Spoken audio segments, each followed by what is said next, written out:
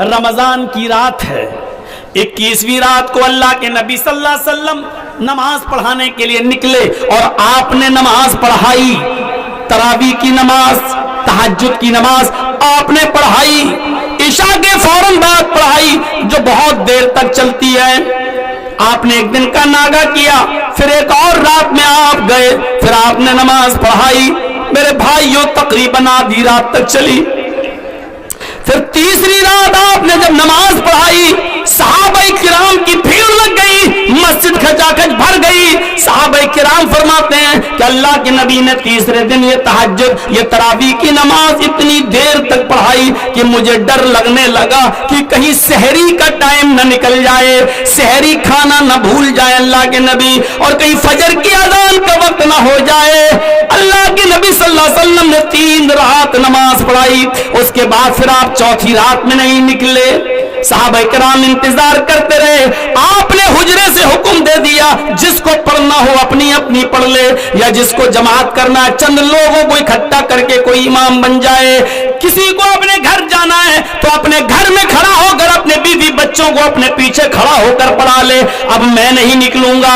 دوسرے دن اللہ کے نبی نے صحابہ کو بتایا، آئے میرے صحابیوں، 21ویں 23ویں 25ویں رات کو میں نے نماز پڑھائی، تمہارا شوق میں نے دیکھا بڑھتا جا رہا ہے، یہ نماز اس لیے پھر میں چوتھی رات میں باہر نہیں نکلا پڑھانے کے لیے، مجھے ڈر لگنے لگا کہ کہیں اللہ تبارک و تعالیٰ کی طرف سے جبرائیل امین نہ آ جائیں اور اس نماز کو فرض قرار نہ دے دیں، اس نماز کو فرض قرار نہ دے دیں، کہیں یہ تہجد تمہاری اوپر فرض نہ کر دی جائے، کہیں یہ تراویح فرض نہ کر دی جائے، اس لیے میں نکلا ہی نہیں، اس لیے نہیں نکلا کہ اگر یہ فرض ہو جاتی اور پھر بعد میں تم اس کو چھوڑ دیتے تو میری امت فرض کو چھوڑنے کی وجہ سے جہنم کی مستحق ہو جاتی۔